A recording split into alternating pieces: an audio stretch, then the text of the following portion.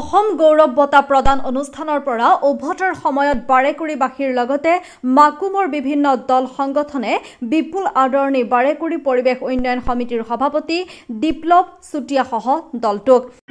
আমি এই মুহূৰ্তত আমি আবেগিক হৈ পৰিছো।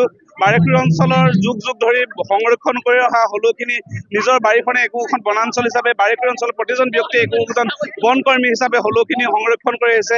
অসম চৰকাৰে এই স্বীকৃতি দিছে। এই স্বীকৃতিক আমি অসম চৰকাৰ মাননীয় মুখ্যমন্ত্ৰী ডাঙৰীয়ালৈ আমি ধন্যবাদ জ্ঞাপন কৰিছো। তিনিচুকীয়া জিলা প্ৰশাসনলৈ আমি ধন্যবাদ জ্ঞাপন কৰিছো। যুগে যুগে বাৰেকুৰি অঞ্চলৰ হলু সংৰক্ষণৰ যাত্ৰা, পৰিৱেশ সংৰক্ষণৰ যাত্ৰা এক সোণালী আখৰে খোদিত হৈ থাকিব। সেইকাৰণে আমি চৰকাৰলৈ আমি পুনৰবাৰ কৃতজ্ঞতা আৰু ধন্যবাদ জ্ঞাপন কৰিছো। বাৰেকুৰিত দুষ্প্ৰাপ্য হলৌ বান্ধৰ সংৰক্ষণ, সুৰক্ষা আৰু সজাগতাৰ ক্ষেত্ৰত কাম কৰি অহা অসম চৰকাৰৰ সৰ্বোচ্চ অসামৰিক সন্মান অসম গৌৰৱ বঁটা লাভ কৰিবলৈ সক্ষম হৈছে পৰিৱেশ উন্নয়ন সমিতিয়ে।